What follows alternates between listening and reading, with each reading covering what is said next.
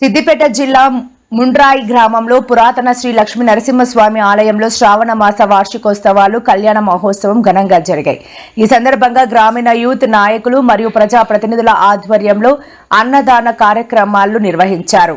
స్థానిక ప్రజలతో పాటు చుట్టుపక్కల గ్రామాల నుంచి భక్తులు విశేషంగా తరలివచ్చి స్వామివారిని దర్శించుకున్నారు. లక్ష్మీనరసింహస్వామి శ్రావణం సందర్భంగా అన్నదాన కార్యక్రమం మరియు యజ్ఞం చేయడం జరిగింది.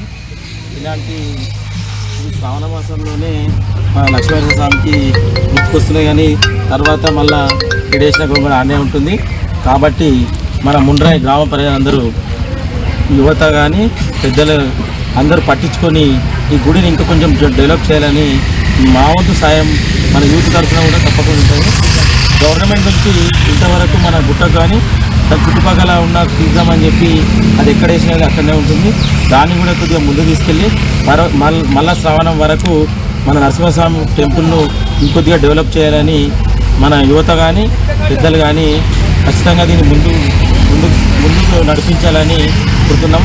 ఇప్పటికే చందారూపంగా కానీ ఎవరికి ఫోన్ చేసినా కూడా మన లక్ష్మీనరసింహస్వామి పేరు చెప్పగానే చాలా వాళ్ళకి ఎంత తోస్తే అంత 500 కానీ 1000 రూపాయలు కానీ ఖచ్చితంగా గుడి పేరు చెప్పగానే ఫోన్పే ద్వారా ఎవరికి నంబర్ పెడితే ఆ నంబర్కు వాళ్ళు అసలు అడగలే, అసలు అన్నదానం పెడుతున్నారని చెప్పగానే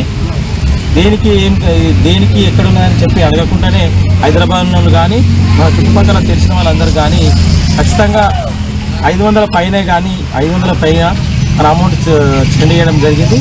ఇలాంటి ఈ శ్రావణ మాసంలో మన లక్ష్మీనరసింహస్వామి గుడిని ఇంకా డెవలప్ చేయాలని మన ముండ్రాయి లక్ష్మీనరసింహస్వామి ఎప్పుడు మన అన్నదండలు ఉంటాడు.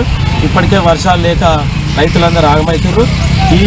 ఈ శ్రావణ మాసం వెళ్ళే వరకు మన చెరువు కానీ కుంటలు కానీ మన దేవుని దయ వల్ల నిండాలని మనస్ఫూర్తిగా కోరుకుంటూ, ఇలాంటి అవకాశాలు తక్కువ వస్తాయి.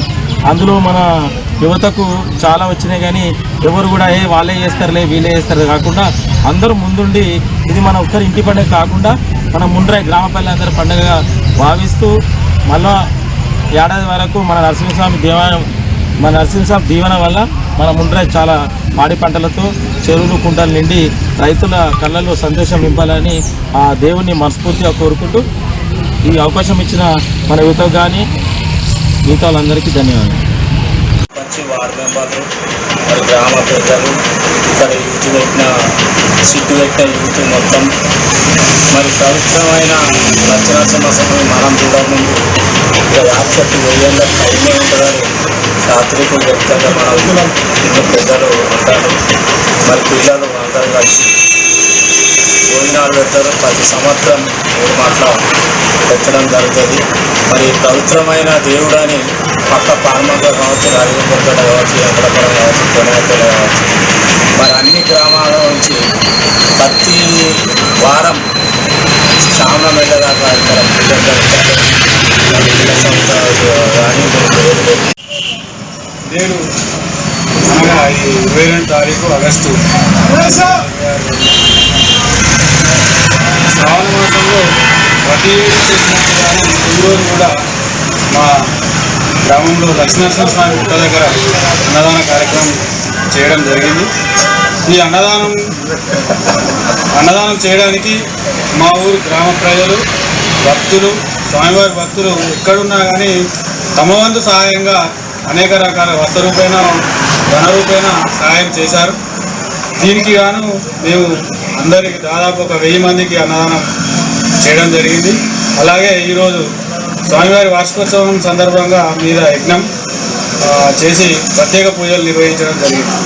ఈ అన్నదానానికి సహకరించిన ప్రతి భక్తులకి దాతకు ఎల్లవేళలా ఈ స్వామివారి కరుణాకటాక్షాలు ఉండి వారు ఎల్లవేళలా చల్లగా బతకాలని కోరుకుంటూ మాకు ఇది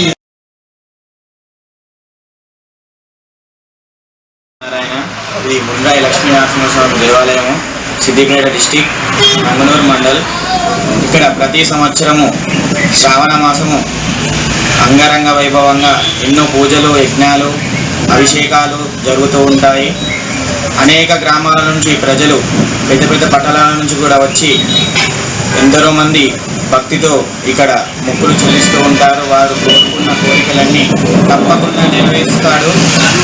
ఎంతగానో నమ్ముతూ ఇక్కడ మొక్కులు చెల్లిస్తూ ఉంటారు. అదేవిధంగా ప్రతి శనివారం శ్రావణ మాసం అన్నదాన కార్యక్రమము హోమము జరుగుతాయి.